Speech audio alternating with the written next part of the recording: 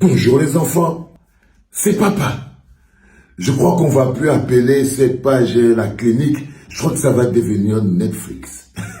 Je crois que ça va devenir Netflix. On va créer un Netflix là, en ce moment, parce que c'est très important ce qui se passe. On va passer des mois extraordinaires. Il y a trop de grands films qui se jouent. Le plus intéressant en ce moment, et ce qui se passe, c'est que moi, les combis, là on est dans la séquence Feka Foot, moi, les combis a décidé de passer le premier tacle à Dadis Camara, de lui visser la première poche d'argent, de lui couper son premier business. Vous vous rappelez, je vous avais dit qu'ils ont réussi à opposer Dadis Camara à Pomba. Les gens ont parlé. Et je vous ai expliqué pourquoi je dis ça. Je vous avais dit, Dadis Camara voulait 14 milliards. Le Premier ministre a dit on peut donner 8 milliards, on demande d'abord au patron. Ça arrivé chez Pomba. Pomba a dit que 8 milliards même c'est beaucoup. Il a encore coupé. C'est devenu 4 milliards 5. Et là encore, pendant qu'on croyait que non, il a encore arraché 1 milliard dedans, c'est devenu 3 milliards 6. Pour lui démontrer que c'est compliqué.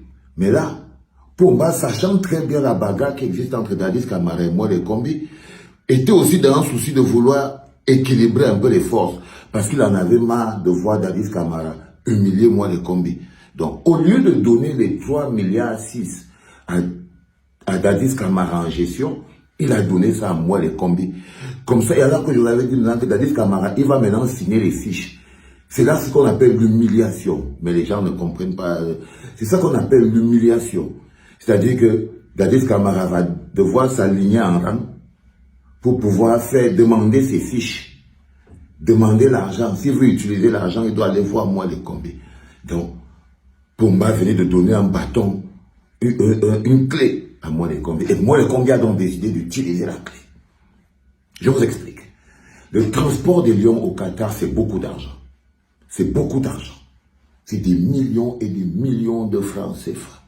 C'est une des poches dans laquelle Dadis Camara compte se faire de l'argent. C'est très important parce que tout est planifié à l'avance et tout. Donc, on a notre compagnie aérienne qui est là, et Dadis Camara, il est propriétaire aussi d'une compagnie qui s'appelle Luxury Plane, parce que c'est un homme d'affaires, hein, il rigole pas. Il a ses copains qui gèrent ses business. Donc là, un de ses copains qui gère ce business-là, Luxury Plane, qui loue des avions, qui affrète des avions. Alors Dadis Camara décide donc de faire la facture et de demander et de dire que la Feka Foot a un contrat avec Luxury Plane pour transporter les lions, donc sa compagnie. Mais il ne peut pas décider, si c'est à lui que Pomba avait donné l'argent, il allait seulement faire le truc dans le bureau, et passer l'argent et tout. C'est là où quand j'ai dit que Pomba l'avait piégé. T'as compris, petit gogol, t'as compris? Parce que parfois je parle, tu manges tes pop-corn au lieu d'ouvrir un peu l'esprit, quoi. Donc c'est là où Pomba l'avait piégé. Donc Dadis envoie donc la proposition de Luxury Plane comme transporteur. Moi, les combis disent non. Il bloque. Moi, les combis disent que nous, on a Camerco. Si on parle vraiment de patriotisme, on a notre société du Cameroun qui s'appelle Camerco. Il paraît qu'on a même un Nyang Boeing 777 tout neuf qui peut porter les lions. Il dit que pourquoi il va donner ça à une compagnie privée au lieu de donner ça à la compagnie nationale pour le patriotisme. Paf! Explosion dans la tête de Dadis. Parce que là, c'est voilà d'abord la première poche d'argent qui est en train de glisser. Et ça, c'est parce que moi, les combien le pouvoir de bloquer. Donc, moi, les combien est en train de se frotter les mains et tout. Dadis prend son téléphone, il appelle chez Pomba.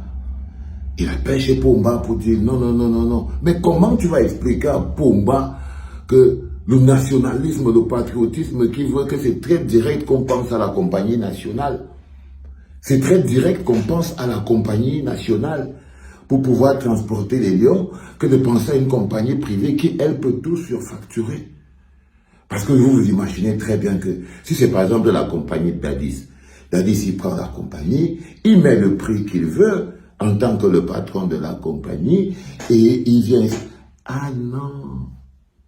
Je pense que les étomoutons se disent que non, mais c'est une genre qu'en fait, Dadis aime tellement le pays, c'est tellement un patriote que comment on veut empêcher quelqu'un qui veut faire transporter les lions indomptables sans payer un franc, genre, par amour pour le pays, et on veut aller payer la compagnie nationale. Ça, c'est les moutons. Balles perdues. Parce que je vais revenir sur eux. Donc, ils se retrouvent dans cette situation que même au niveau de chez Pomba, ça coince un peu. Donc, Pomba n'a pas encore décidé. Mais là, Dadis commence à voir la somme des blocages qu'il va avoir sur la route. Donc, ça ne glisse pas aussi facilement que ça devait glisser. Donc, voilà donc le premier verrou de sécurité qui vient de se placer. Une fois que tu as dit ça, tu vas lire en bas d'ici, première réaction de l'étau-mouton convaincu. Parce qu'il y a l'étau-mouton convaincu.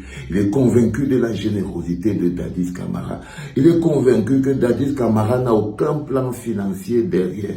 Que Dadis Camara lui laisse venir avec tout son argent pour dépenser. Lui ne veut rien gagner là-dedans. Lui, il aime seulement ça. C'est l'étau-mouton radical.